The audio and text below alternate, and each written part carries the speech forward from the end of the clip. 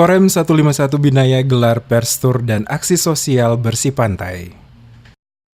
Korem 151 Binaya gelar acara pers tour dan aksi sosial bersih-bersih pantai bersama dengan insan pers di Kota Ambon pada lokasi Pantai Liang, Sabtu 31 Agustus 2019.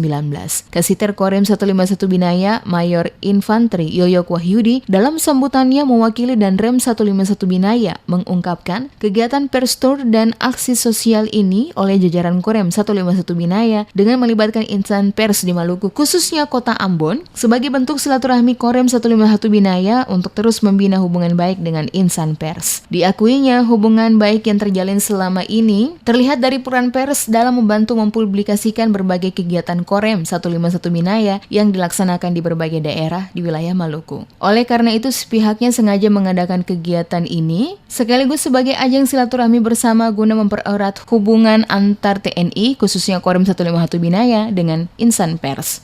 Kegiatan ini adalah model silaturahmi antara Korem dengan rekan pers, yang mana tujuannya adalah untuk membina hubungan baik kita sesama insan pers, karena Korem ini kan juga punya penerangan, punya peliput juga.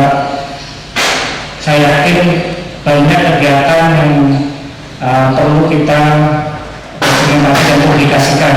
Nah, ini sangat membutuhkan rekan-rekan dari insan media ini, sehingga semua kegiatan ini bisa diketahui oleh publik.